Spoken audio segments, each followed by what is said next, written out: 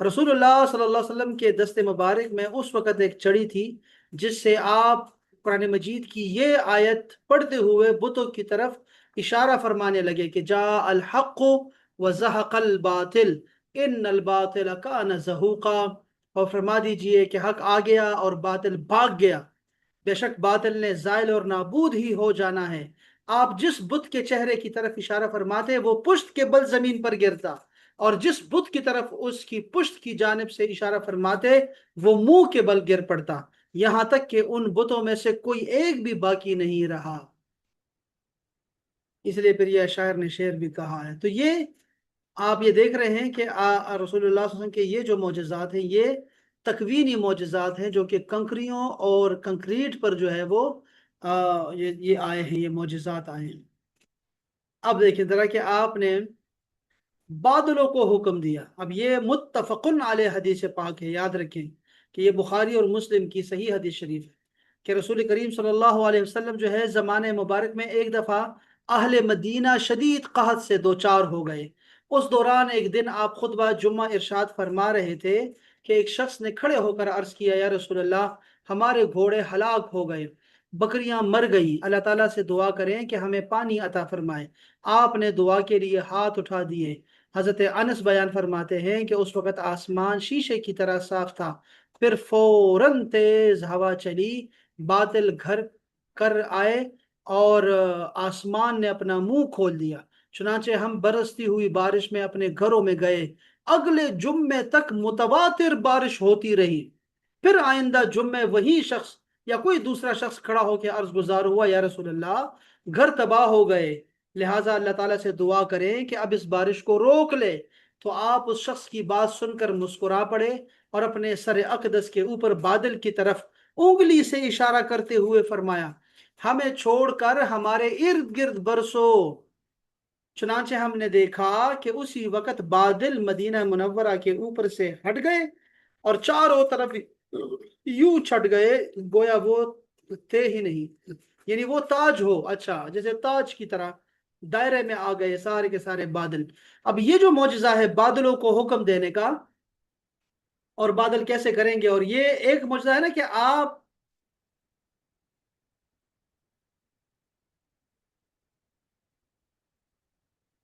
معجزات دو طرح کے ہوتے ہیں احباب، یاد رکھیں۔ معجزات کی بہت ساری قسمیں ہوتی ہیں لیکن دو قسمیں یاد رکھیں۔ ایک تقسیم یہ بھی ہے کہ آپ دعا کے لیے ہاتھ اٹھاتے تھے، جیسے حضرت علی شیر خدا جو ہے ان کی جب نماز جا رہی تھی تو آپ نے دعا کی، ایک روایت میں دعا کا آتا ہے، ایک میں تو ڈائریکٹ سورج کو اشارہ کرنا ہے۔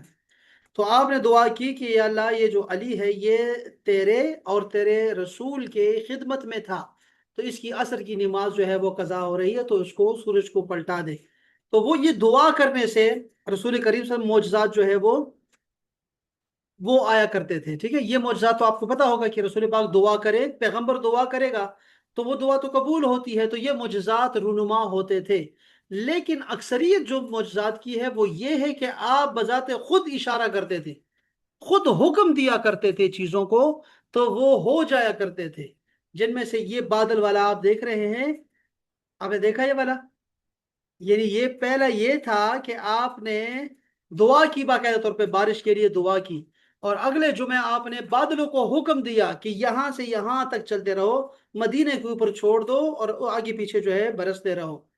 یہ ہے وہ عجب سا معجزہ کہ جو آپ نے دیکھا، یہ ہے تکوینی تصرف رسول کریم صلی اللہ علیہ وسلم کو جو اللہ تعالیٰ نے عطا فرمایا ہے۔ حضرت انس ہی فرماتے ہیں، اچھا یہ دوبارہ سے وہی بات آ گئی،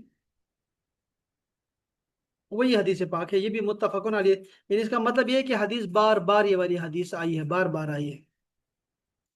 اچھا، اب دیگر جو ہے معجزات جو اجرام فلکی میں جو ہے وہ صادر ہوئے تھے وہ ذرا سنیے گا کہ حضرت انس سے مروی ہے کہ اہل مکہ نے رسول اللہ سے معجزہ دکھانے کا مطالبہ کیا تو آپ نے انہیں چاند کے دو ٹکڑے ہونا دکھایا۔ یہ متفقن علیہ حدیث شریف ہے کہ چاند کا جو ٹکڑا، جو آپ نے ٹکڑے کیے تھے دو، وہ بھی آپ نے انگلی کے اشارے سے کیے تھے،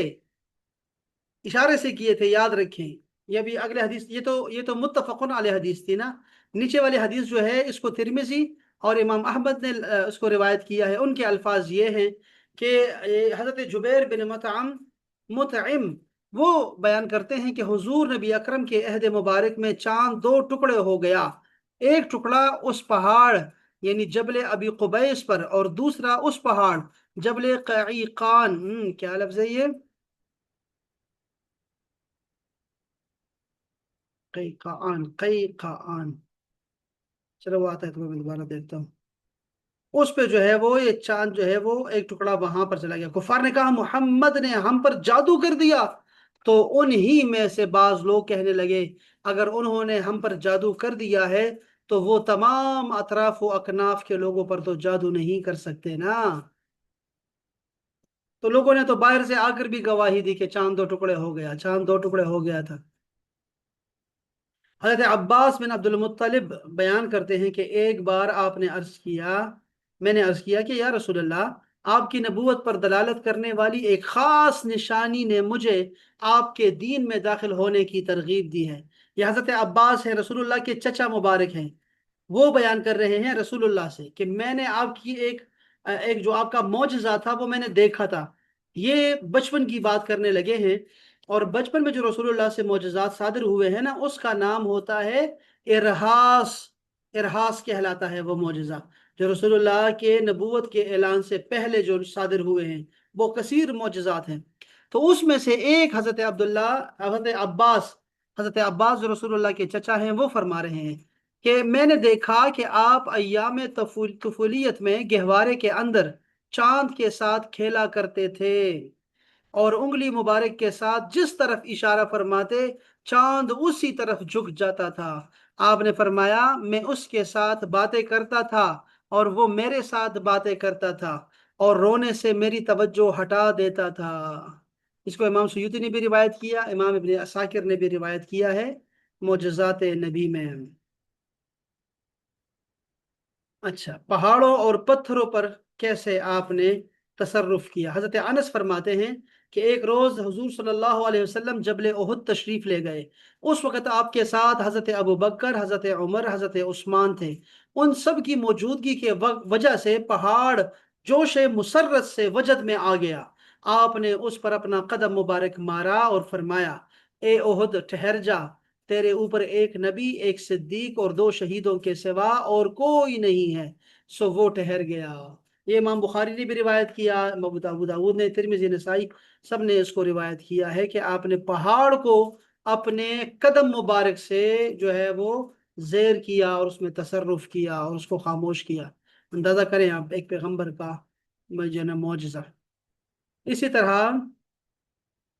حضرت ابو ہریرہ روایت کرتے ہیں کہ رسول اللہ ہرا پہاڑ پر تشریف فرما تھے۔ آپ کے ساتھ ابو بکر، عمر، عثمان، علی، طلحہ، زبیر بھی موجود تھے۔ اتنے میں پہاڑ نے حرکت کی تو رسول اللہ نے پہاڑ سے مخاطب ہو کر فرمایا ٹھہر جا، کیونکہ تیرے اوپر نبی، صدیق اور شہید کے سوا کوئی نہیں۔ سو وہ ٹھہر گیا۔ یہ بھی صحیح حدیث شریف ہے۔ ایک روایت میں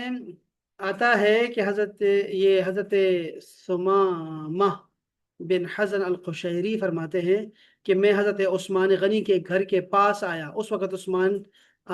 حضرت عثمان غنی کے گھر کی چھت سے لوگوں سے فرما رہے تھے۔ عثمان غنی چھت پہ چڑھ گئے، اور وہ جو لوگ آئے تھے، احتجاج کرنے آئے تھے ان کو شہید کرنے کے لیے، وہ فرما رہے تھے کہ میں تمہیں اللہ تعالیٰ اور اسلام کی قسم دیتا ہوں، کیا تم جانتے ہو کہ رسول اللہ سبیر مکہ پر تھے اور آپ کے ساتھ حضرت ابوبکر، عمر اور میں بھی تھا۔ پہاڑ متحرک ہوا یہاں تک کہ اس کے پتھر نیچے گرنے لگے۔ حضور نبی اکرم صلی اللہ علیہ وسلم نے اسے پاؤں کے ٹھوکر مار کر فرمایا اے صبیر، یہ میرا نام دیکھو ذرا، لفظ دیکھوں، اے صبیر رک جا، کیونکہ تیرے اوپر ایک نبی، ایک صدیق اور دو شہید ہی ہیں۔ محاصرین نے کہا جی ہاں ایسا ہی ہے، وہ جو محاصرہ کر کے آئے تھے نا گھر کا شہید کرنے، انہوں نے کہا، حضرت عثمان غنی نے فرمایا اللہ اکبر، ان لوگوں نے میرے حق میں گواہی دے دی، رب کعبہ کی قسم میں شہید ہوں۔ یہ الفاظ آپ نے 3 مرتبہ دہرائے۔ یعنی یہ معجزہ جو دکھائی دیا نا وہ تو معجزہ تھا، لیکن مستقبل کی خبر دے دینا کہ کون صدیق بنے گا، کون جو ہے وہ شہید ہوگا، یہ مستقبل کی خبریں دینا یہ ایک پیغمبر ہی کر سکتا ہے، جو آپ کو ساری خبریں دیتا ہے، اگلی پچھلی ساری۔ اور دوسرا یہ بھی ہے کہ وہ پہاڑ پہ تصرف کرتا ہے، جو کہ ہمارے لیے تو بے جان ہے، بات نہیں کر سکتا، لیکن رسول اللہ ان سے بات فرما رہے ہیں اور وہ بات سن رہا ہے، خاموش ہو گیا وہ۔ قاضی ابو بکر فرماتے ہیں کہ چٹان تھرتھرانے لگی اور پہاڑ لرزا ہو گئے۔ یہ دراصل اس شرف پر فخر اور انبساط کی وجہ سے تھا جو دنیا کے معزز ترین ہستیوں کے اس پر تشریف فرما ہونے کی وجہ سے اسے نصیب ہوا تھا۔ یعنی وہ خوشی سے جھوم رہا تھا، یہ کہنا چاہ رہے ہیں کہ وہ رقص کر رہا تھا، جھوم رہا تھا، چونکہ اس کے اوپر اتنے عظیم لوگ تھے۔ امام قسطلانی نے بھی اس کو روایت کیا۔ اس چیز میں جو حکمت پنہا ہے وہ یہ ہے کہ جب وہ پہاڑ لرزا ہوا تو حضور نبی اکرم نے یہ واضح کر دینا چاہا کہ یہ وہ لرزہ اور تھرتھراہٹ نہیں ہے جو قوم موسیٰ پر پہاڑ کی ہوئی تھی جب انہوں نے کلمات الہیہ میں تحریف کے جرم کا ارتکاب کیا تھا، کیونکہ وہ تھرتھراہٹ غضب الہی کی تھی اور یہ قرب مصطفیٰ کی وجہ سے رقص سے مسرت تھا۔ اسی لیے آپ نے مقام نبوت، صدیقیت اور شہادت کو بیان فرما دیا۔ پس پہاڑ نے بھی اپنی تھرتھراہٹ سے اس چیز کا اقرار کیا اور پھر احتراماً پرسکون ہو گیا۔ تو یہ تصرف تھا آپ کا پہاڑوں پر۔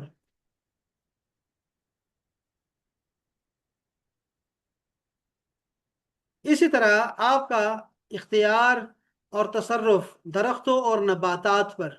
یہ بخاری شریف کی حدیث پاک میں پڑھ رہا ہوں۔ فرماتے ہیں حضرت جابر بن عبداللہ کے ایک انصاری عورت نے رسول اللہ صلی اللہ علیہ وسلم کی خدمت میں عرض کیا، یا رسول اللہ، میں آپ کے لیے کوئی ایسی چیز نہ بنوا دوں جس پر آپ خطبہ کے وقت تشریف فرما ہو سکے؟ یعنی ممبر کی بات کر رہی تھی، ایک خاتون تھی، انصاری خاتون، یعنی مدینہ کی خاتون تھی، اور وہ عرض کر رہی ہے کہ یا رسول اللہ، میں آپ کے لیے ممبر بنا دیتا ہوں، بنا دیتی ہوں، میرا بیٹا ہے اور وہ بنا دے گا۔ تو کیونکہ میرا ایک غلام جو ہے وہ ترکان ہے، آپ نے فرمایا اگر تم چاہو تو بنوا دو۔ راوی نے کہا اس عورت نے آپ کے لیے ایک ممبر بنوا دیا۔ پھر جمعے کا دن آیا تو حضور نبی اکرم صلی اللہ علیہ وسلم اسی ممبر پر تشریف فرما ہوئے جو آپ کے لیے تیار کیا گیا تھا، کھجور کا وہ تنا جس سے ٹیک لگا کر آپ خطبہ ارشاد فرماتے تھے، وہ ہجر و فراق رسول میں چیخ اٹھا، یہاں تک کہ غم فراق میں پھٹ جاتا۔ یہ دیکھ کر حضور نبی اکرم صلی اللہ علیہ وسلم ممبر مبارک سے نیچے وہ تشریف لائے اور کھجور کے ستون کو پکڑ کر اپنے ساتھ لگا دیا، سینے سے لگایا۔ ستون اس بچے کی طرح ہچکیاں لینے لگا جیسے جسے تھپکی دے کر چپ کرایا جاتا ہے، یہاں تک کہ اسے قرار آ گیا۔ اب یہ والی بات آپ دیکھ رہے ہیں، بخاری، احمد، ترمذی، نسائی، ابن ماجہ، تمام ائمہ نے اس کو روایت کیا ہے۔ یہ ایسے ہے کہ آپ وہ کھجور کا تنا رو رہا ہے اور رسول اللہ اسے جو ہے نا وہ دلاسا دے رہے ہیں، تسلی دے رہے ہیں، جیسے بچوں کو تسلی دی جاتی ہے۔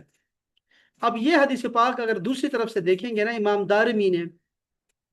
اس کو روایت کیا ہے، میں دیکھتا ہوں کہ اور کس نے روایت کیا۔ یہ امام دارمی نے روایت کیا ہے اس کو۔ اب ذرا تھوڑا سا لمبا کر کے انہوں نے بیان کیا ہے کہ حضور صلی اللہ علیہ وسلم خطاب فرمایا کرتے تھے تو کھڑے ہو کر فرمایا کرتے تھے، دوران خطاب کبھی آپ طویل قیام کیا کرتے تھے تو یہ طوالت آپ کی طبیعت مقدسہ پر گراں ہوتی تھی۔ تب آپ کی سہولت کے لیے زمین کھود کر اس میں کھجور کا خشک تنا نصب کر دیا گیا۔ چنانچہ حضور نبی اکرم جب خطاب فرماتے اور آپ کا قیام طویل اور تھکا دینے والا ہو جاتا تو آپ کھجور کے اس تنے کا سہارا لے کر اس کے ساتھ ٹیک لگا لیتے۔ پھر ایک شخص نے جو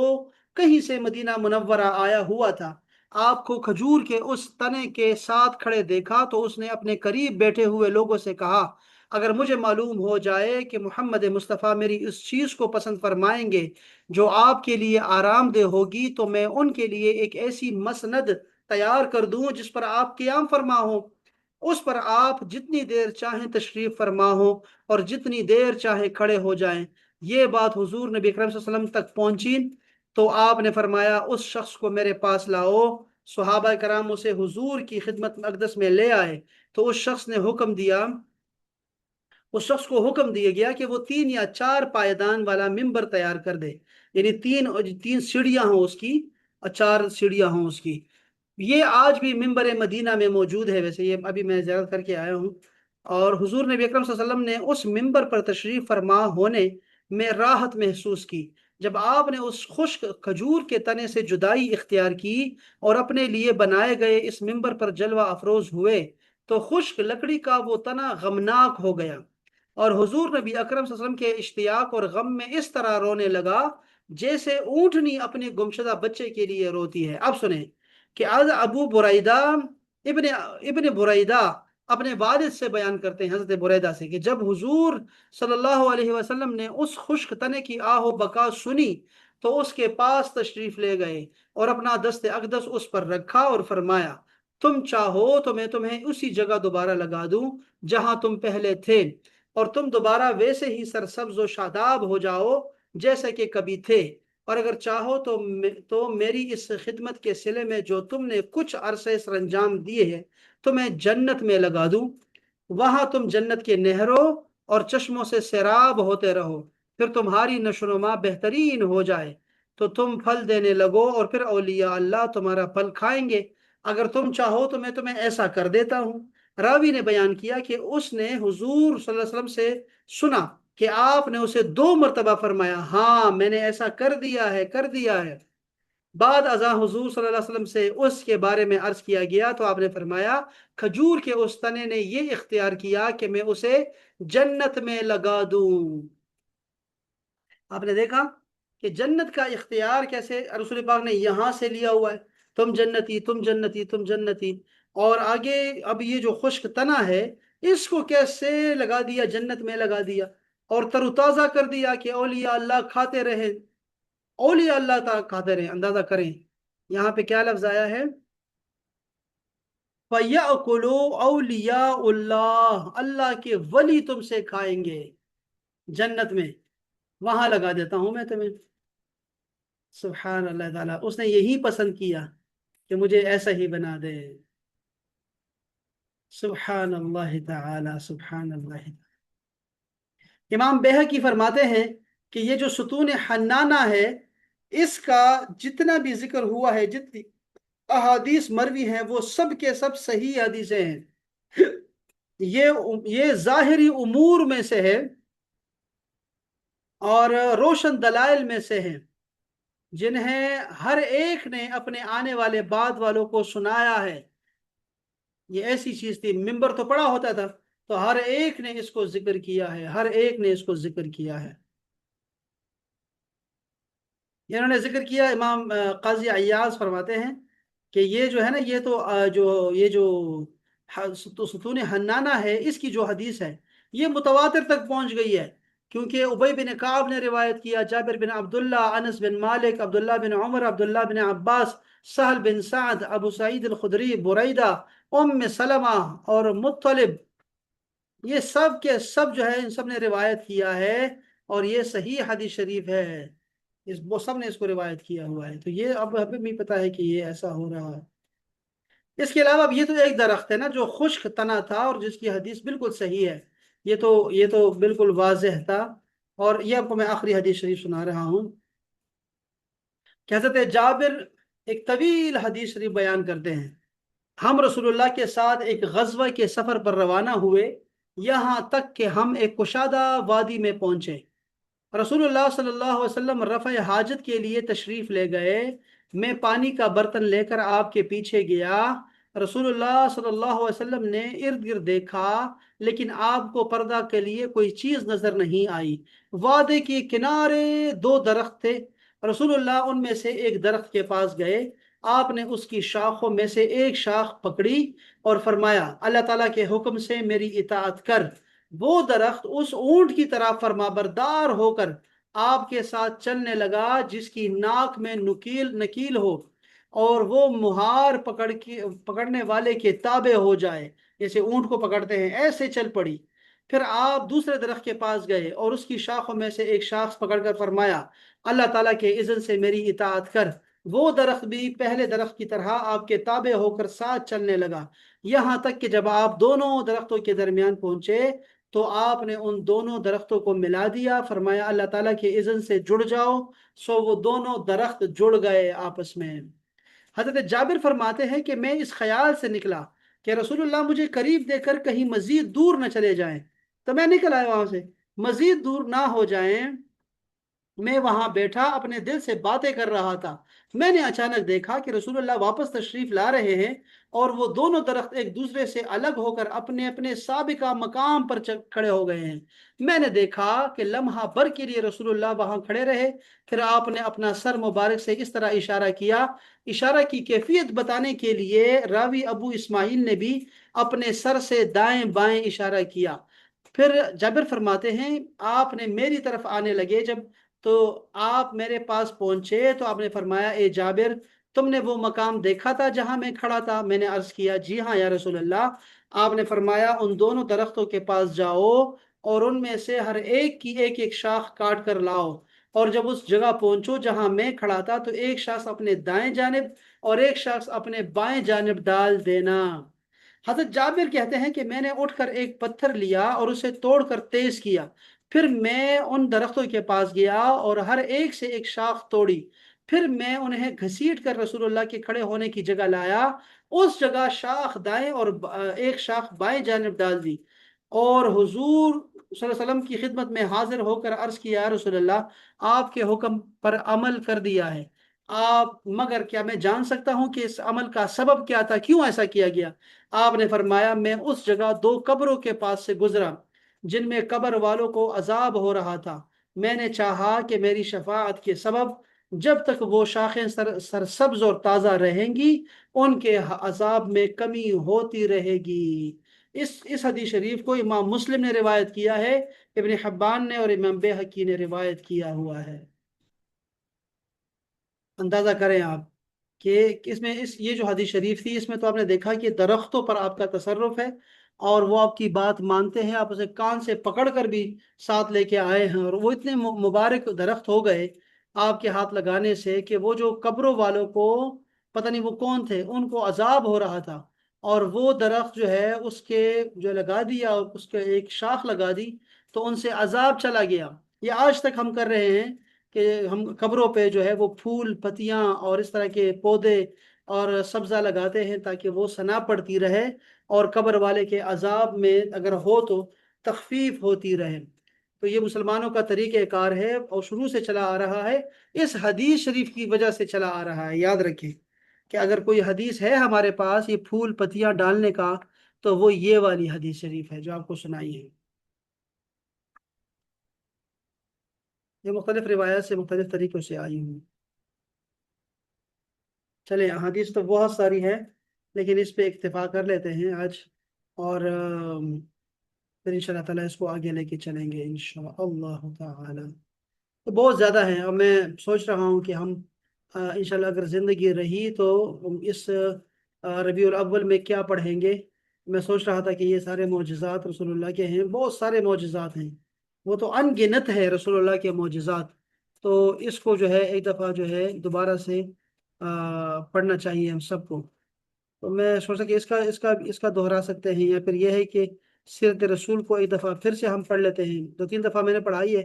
اور اس ربیع الاول میں اگر ہوا تو پھر ہم دوبارہ سے ایک دفعہ پھر پڑھ لیتے ہیں۔ مختصر